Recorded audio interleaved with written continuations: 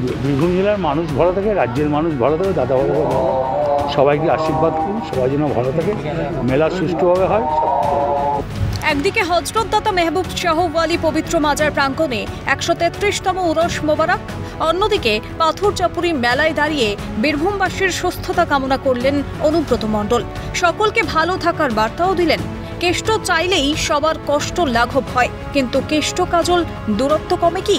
বীরভূম জুড়ে এখন এই প্রশ্নই ঘুরে বেড়াচ্ছে, কারণ ক্রমেই নাকি দূরত্ব বাড়ছে কেষ্ট কাজলের।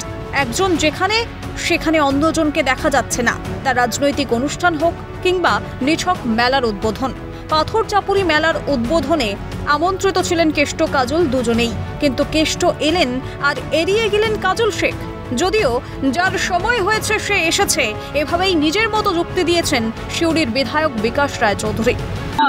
এখানে যার সময় হয়েছে সে এসেছে, এটা একটা ধর্মীয় অনুষ্ঠান, সুতরাং এখানে এটা রাজনৈতিক কোনো গন্ধ নেই। এখানে যুক্তি যাই হোক, কটাক্ষ করতে ছাড়ছে না বিরোধীরাও।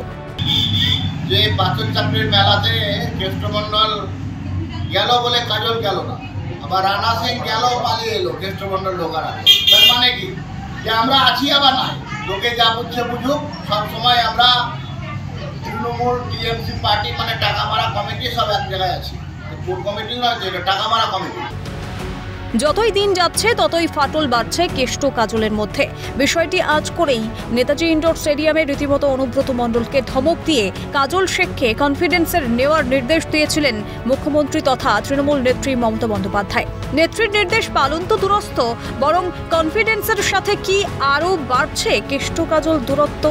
গত শনিবার বোলপুরে তৃণমূল কার্যালয়ে তৃণমূলের কোর কমিটির বৈঠকে কাজল শেখ উপস্থিত থাকলেও ছিলেন না অনুব্রত মণ্ডল। সূত্রের খবর, কোর কমিটির বৈঠক চলাকালীন মোহাম্মদ বাজারে একটি বৈঠকে ব্যস্ত ছিলেন তিনি।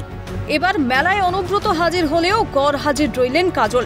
দুই নেতার এই ইগোর লড়াইয়ে সবথেকে মুশকিলে পড়েছে দলের নিচুতলার কর্মীরা। আগামী ২৬-এর বিধানসভা নির্বাচনের আগে এই ফাটল যদি আরও বাড়তে থাকে, তবে তা বীরভূমের শাসকের কাছে খুব একটা যে ভালো হবে না তা বলাই বাহুল্য। বীরভূম থেকে ভোলানাথ চক্রবর্তীর রিপোর্ট, ক্যালকাটা নিউজ।